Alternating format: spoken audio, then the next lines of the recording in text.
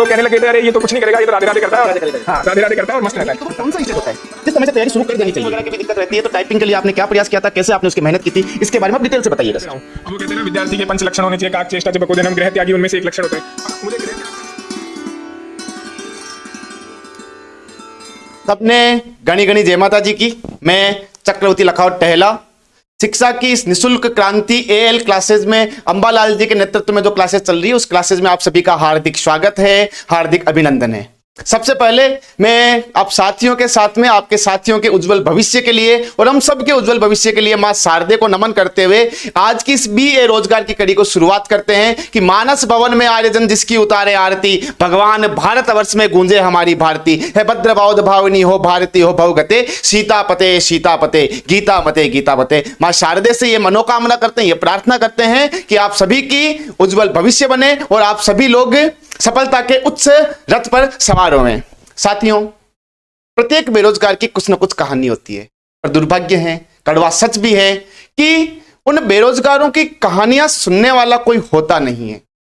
लेकिन जो आदरणीय अंबालाल जी के नेतृत्व में ये क्लासेज चल रही है और हमने एक नई सीरीज प्रारंभ की है, बी ए रोजगार, बेरोजगार से रोजगार की तरफ हम सभी आपकी आवाज बनके आपकी आवाज को हर जगह जो पहुंचाने का कार्य किया जाएगा। और इसमें सबसे पहले इस कड़ी में, इस बीए रोजगार की प्रथम कड़ी में आज मेरे साथ में है जयपुर के करण चिलवारिया जी, जो हाल ही में राजस्थान हाईकोर्ट जयपुर में कनिष्ठ न्यायिक सहायक के पद पर कार्यरत है। सर, आपका इस एएल क्लासेस में हार्दिक स्वागत है, हार्दिक अभिनंदन है।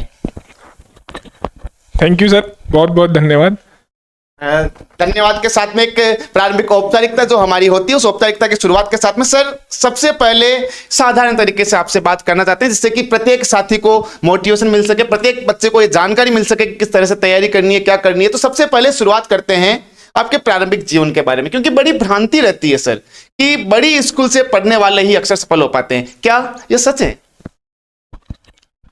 मेरे प्रारंभिक जीवन के बारे में सर मैं बताऊं तो एक जो जैसे आजकल क्या होता है कि हर गली में स्कूल हो गए हैं, तो मेरी जो स्कूली शिक्षा आप मानेंगे नहीं, मेरे घर के बिल्कुल सामने एक स्कूल है। अच्छा। और वो स्कूल ने कैसे ग्रो किया है, जैसे जैसे मैंने एडमिशन लिया 5th क्लास में, पहले प्राइमरी तक का स्कूल था वो, और धीरे धीरे जैसे जैसे मैं एक एक क्लास बढ़ता गया आगे और वो स्कूल भी उसी के साथ बढ़ता गया, ऐसे क्रमोन्नत हुआ था स्कूल, आपके साथ साथ स्कूल बढ़ता गया। हाँ, तो देख लीजिए आप उस विद्यालय का स्तर, और बिल्कुल शुरुआती स्तर का विद्यालय था। और एक निजी स्कूल जिसमें ना तो कोई खेलने की सुविधा थी, ना कोई प्लेग्राउंड था, बहुत मतलब इंफ्रास्ट्रक्चर के नाम पे कुछ नहीं था। तो अपनी बिल्कुल साधारण परिस्थितियों से पढ़ी हुई स्कूल के बावजूद भी आप सफलता के उच्च रथ पर सवार हुए हैं, आप आज सफल हैं और हमारी बीए रोजगार की कड़ी के प्रथम मेहमान हैं। सर, एक प्रश्न ये भी है कि क्या आप शिक्षा के प्रति प्रारंभ से जागरूक थे या कि फिर बाद में कभी लगा कि हमें तैयारी करनी चाहिए? मेरा ये मानना है कि सर ज़्यादातर जो जैसे कि मैं मध्यम वर्गीय परिवार से आता हूँ, तो वहाँ पे शिक्षा के प्रति जागरूकता केवल जैसे सभी में यही होता है कि जैसे अपन 10वीं क्लास में हैं तो उसमें अच्छा परफॉर्म करें। आगे के करियर को लेकर के बहुत कम बच्चे सजग होते हैं। मैं ऐसा नहीं कहूँगा कि सभी नहीं होते हैं, हाँ कुछ होते भी हैं, पर मोस्ट ऑफ द 90% जो स्टूडेंट्स हैं वो पहले यही रहता है कि अभी जिस क्लास में है उसको अच्छे से अच्छे मार्क्स से उत्तीर्ण कर ले। तो मेरे भी ऐसा कोई खास विचार नहीं था, मैं भी एक सामान्य पृष्ठभूमि का विद्यार्थी रहा हूँ और 10वीं क्लास में मेरे 68% मार्क्स आए हैं सारे।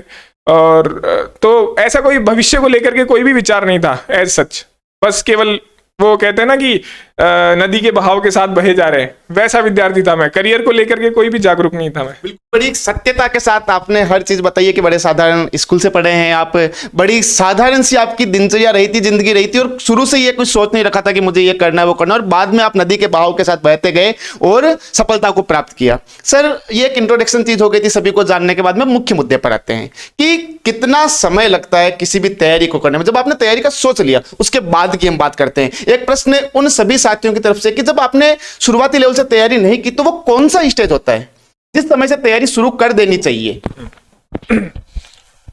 मेरा ये मानना है कि आदमी अपने जो स्नातक का जो समय होता है, ग्रेजुएशन का, उसमें उसे थोड़ी थोड़ी समझ विकसित हो जाती है कि मुझे भविष्य में क्या करना है, किन चीज़ों को लेकर के तैयारी करनी है। उस समय वो थोड़ा कैरियर को लेकर हाँ भी हो जाता है। हाँ, बिल्कुल बिल्कुल।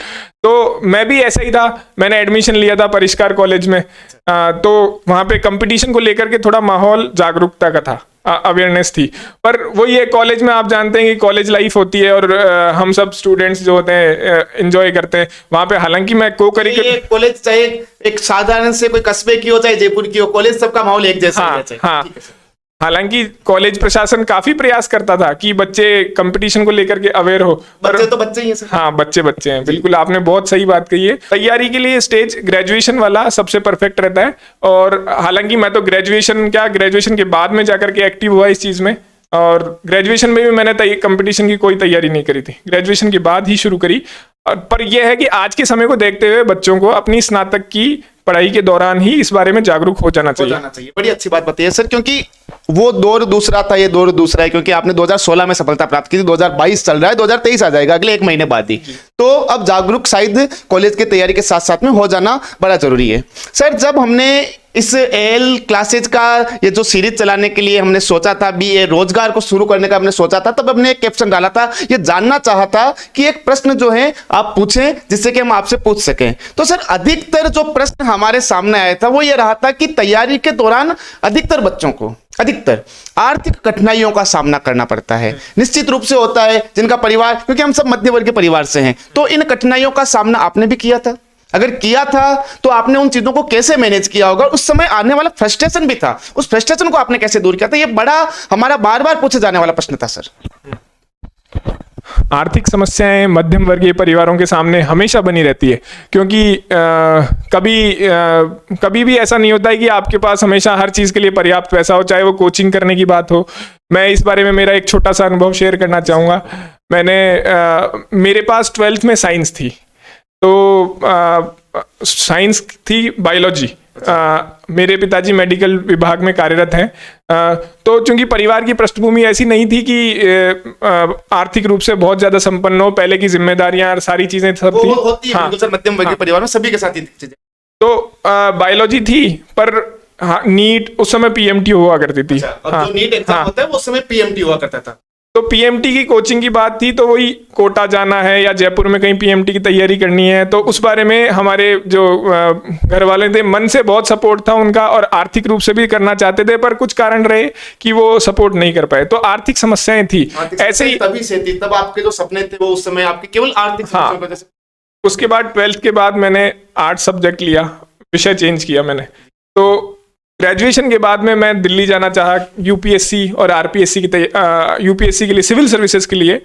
तो दिल्ली जाने के लिए भी वही आर्थिक समस्याएं आड़े आई। फिर से वही, हाँ, कक्षा 12 के समय जो आपके साथ समस्या थी, हाँ, उसी समस्या ने वापस ग्रेजुएशन के बाद भी मुंह। हाँ, तो आर्थिक समस्याएं तो रहेगी सर, हमेशा रहती हैं, हमेशा से थी और आगे भी रहेंगी। पर यह है कि उन जो संसाधन और रिसोर्सेज हैं हमारे पास, उन्हीं में हमें जो सफलता है उसी को प्राप्त। बड़ी अच्छी बात बताइए सर ने कि समस्याएं रहती ही है, रहेगी, केवल आपके साथ नहीं रह रही है। इन हमारे बीए रोजगार की कड़ी के पहले विद्वान साथी के साथ भी रही है, पहले सफल साथी के साथ भी रही है, और सभी के साथ रहेगी है। आप उसको कैसे मैनेज करते हैं, उस चीज में कैसे अपने आप को ढाल लेते हैं और फिर सफलता प्राप्त करते हैं? सर, जो है आप जिस नौकरी में लगे हैं, एक बार आप उस नौकरी का परिचय दीजिएगा। विभिन्न चरण होते होंगे, हर एग्जाम में आजकल चरण होते ही हैं, उसमें क्या क्या चरण रहे थे? उन चरण के दौरान आपने उसकी प्रत्येक चरण की तैयारी कैसे कैसे की थी? जैसे एक समस्या यह है कि टाइपिंग वगैरह की भी दिक्कत रहती है, तो टाइपिंग के लिए आपने क्या प्रयास किया था, कैसे आपने उसकी मेहनत की थी? इसके बारे में आप डिटेल से बताइएगा सर। अभी सर मैं राजस्थान उच्च न्यायालय पीठ जयपुर में कनिष्ठ न्यायिक सहायक के पद पे कार्यरत हूँ। इसे जूनियर जुडिशियल असिस्टेंट कहते हैं, जेजे। तो 2015 में ये हमारे रिक्रूटमेंट निकला था, और 2016 में इसकी पूर्णाहुति हुई और फाइनल रिजल्ट आया और हम सेलेक्ट हुए इसमें। बड़ी खुशी की बात है कि 2015 की वैकेंसी 2016 में पूर्णाहुति हो चुकी थी। हाँ सर, राजस्थान उच्च न्यायालय की कार्यप्रणाली ऐसी है सर, ज्यादातर ये विवादों में नहीं आती है, और जो परीक्षा कराने की प्रक्रिया है और सारी चीजें हैं वो फेयर रहता है। तो बड़ी तारीफ की चीज है और सीखने की चीज है, हाँ, संस्थाओं के लिए। तो 2016 में इसमें नियुक्ति हुई। परीक्षा की तैयारी की चरण सर, तो जैसा कि इसमें पहले एक रिटर्न परीक्षा थी, जिसमें जो वर्तमान में अब आगामी राजस्थान उच्च न्यायालय फिर से एक परीक्षा ले रहा है, जिसमें 1600-1700 के आसपास पद हैं, और उसमें राजस्थान उच्च न्यायालय के अलावा अधीनस्थ अदालतों की भी पोस्ट है, एलडीसी। राजस्थान उच्च न्यायालय में एलडीसी को जूनियर जुडिशियल असिस्टेंट कहते हैं, और अधीनस्थ अदालतों में एलडीसी कहते हैं। सर, इसमें टाइपिंग वाला जो प्रश्न आता है, टाइपिंग के लिए कैसे तैयारी करनी चाहिए? मैं बता रहा हूँ सर। तो परीक्षा में जो परीक्षा का सिलेबस है वो इंग्लिश था, जीके था और हिंदी, ये यानी तीन। कि आपका कहने का मतलब कि जिस भी एग्जाम की तैयारी करो उसको सिलेबस हमारे सामने होना चाहिए। बिल्कुल सर, वो बड़ा जरूरी है। बिल्कुल सर। ये परीक्षा की रणनीति के बारे में हम थोड़ा सा बात करेंगे, तब मैं और विस्तार से बताऊंगा। तो 2014 में, जैसा कि ये बीए रोजगार करके सीरीज है, बिल्कुल सर, BA रोजगार, ये एएल क्लासेस जो है, मित्र अंबालाल मेरा मित्र है। अच्छा, और बिल्कुल। हाँ, हम मतलब ऐसे मानिए कि लंगोटिया यार हैं।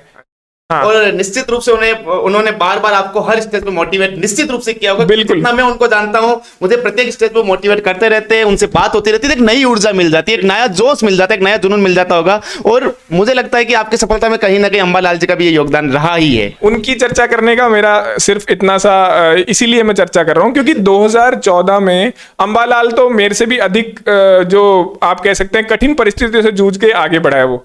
और मतलब उसने कई 4-5 परीक्षाएं पास करी है, और उससे पहले 2014 में ही कोर्ट की परीक्षा में चयनित हुआ था, और कई बाद में रेलवे और एसएससी और बैंक वगैरह कई परीक्षाओं में उन्होंने अपनी प्रतिभा का हर एग्जाम के लिए वो तैयारी करवाने वाले साथियों को हर तरह से मोटिवेट करते रहते हैं। बड़ी अच्छी चीज है ये भी।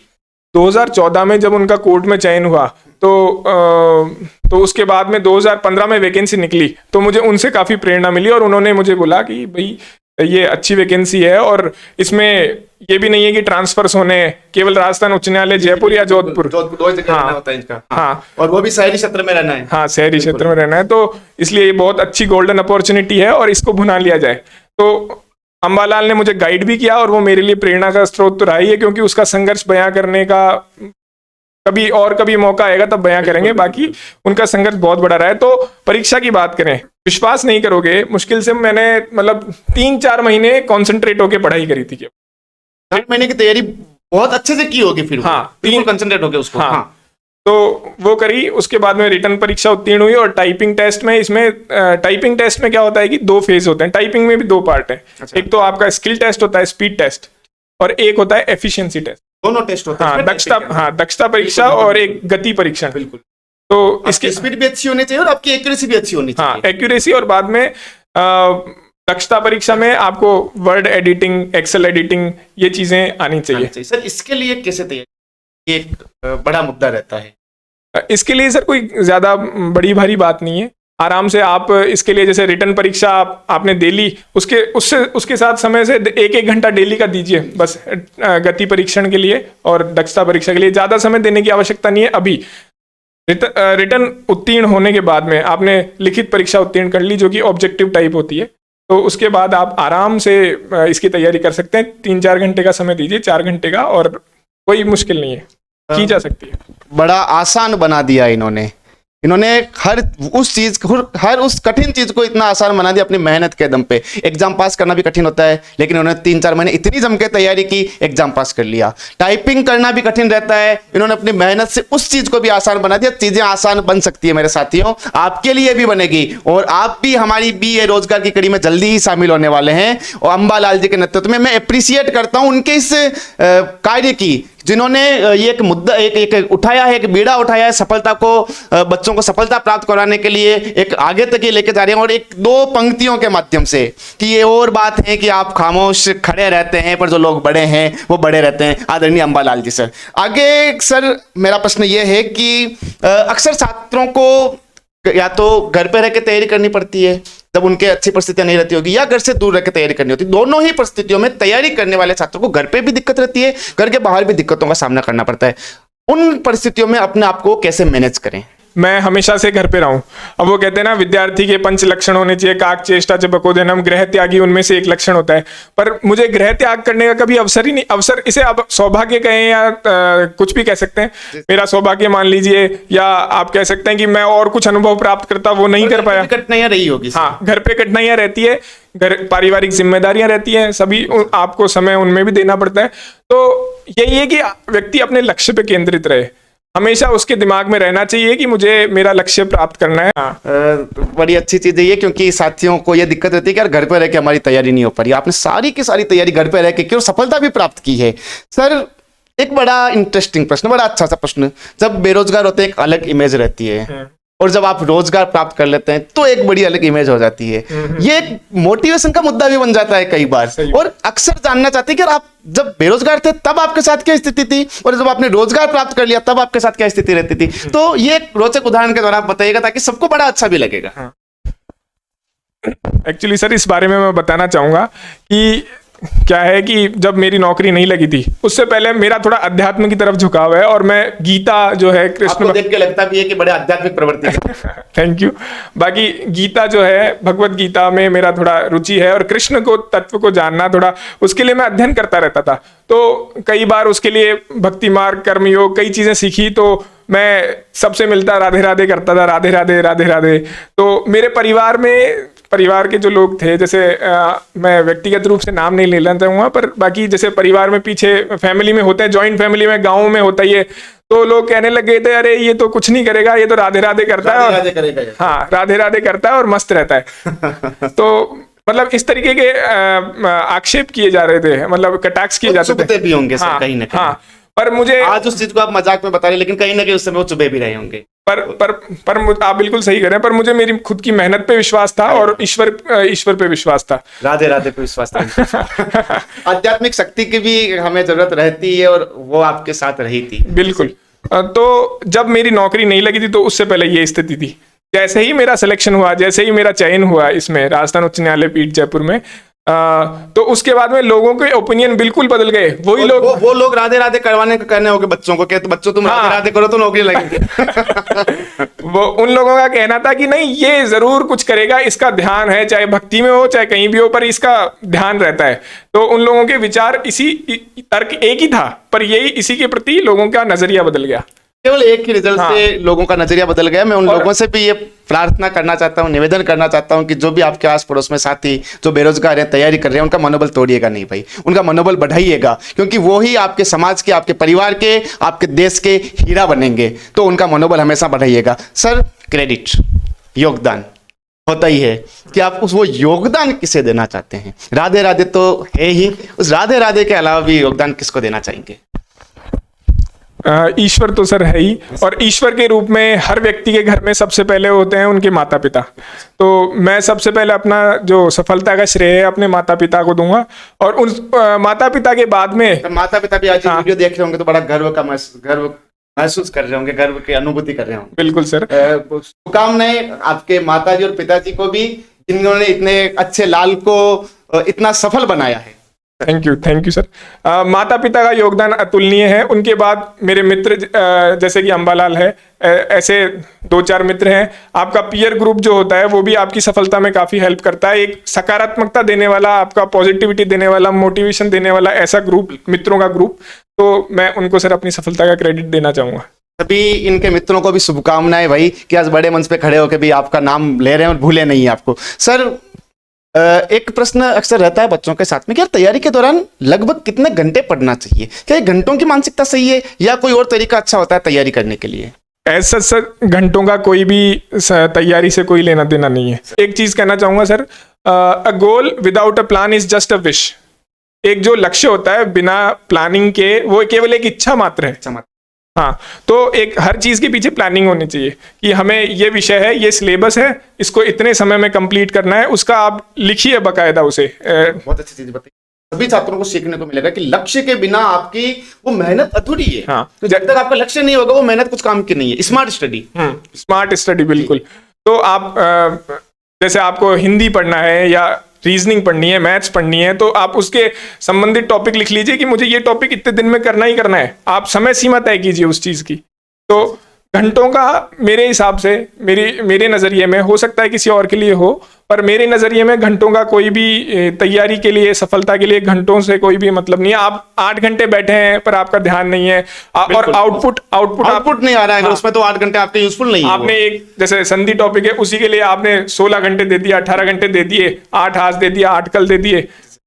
बाकी रेगुलर स्टडी में ये मानता हूँ, अगर व्यक्ति 6 घंटे भी रेगुलर पढ़ता है, और 6 घंटे अगर 6 महीने, 3-4 महीने भी अगर रेगुलर पढ़ लेता है, तो उसकी किसी भी विषय पे अच्छी कमांड हो जाती है, और वो सफलता प्राप्त करने की में काफी आगे बढ़ जाता है। सर ने सफलता के जो 2 बड़े जो बताए हैं इन्होंने, लक्ष्य केंद्रित शिक्षा और दूसरा है वो है कि आपको टारगेटेड, दूसरी चीज जो आपने बताई है कि जो है आप मोटिवेट होके उस तैयारी को करते रहिएगा। सर, हमारे आदरणीय अंबालाल जी दीर्घकालीन भावी लक्ष्य लेकर चल रहे हैं निःशुल्क शिक्षा की क्रांति का। सर, अक्सर ये देखा जाता है कि कई अच्छे स्टूडेंट जो हैं उन्हें अच्छा मैटर नहीं मिल पाता है, उसकी वजह से वो सफलता प्राप्त नहीं कर पाते हैं, सही मार्गदर्शन उन लोगों को नहीं मिल पाता। लेकिन जो मैं काफी दिनों से खुद देख रहा हूं कि अंबालाल जी ने बड़ी मेहनत से वो लगे हुए हैं सभी साथियों के लिए। अब इस शिक्षा की निःशुल्क क्रांति के लिए इस मंच के माध्यम से सभी छात्रों को क्या संदेश देना चाहेंगे? एएल क्लासेस जो है मित्र अंबालाल का जो ये प्लेटफॉर्म है निःशुल्क शिक्षा की क्रांति में जो ये योगदान निभाने जा रहे हैं, ये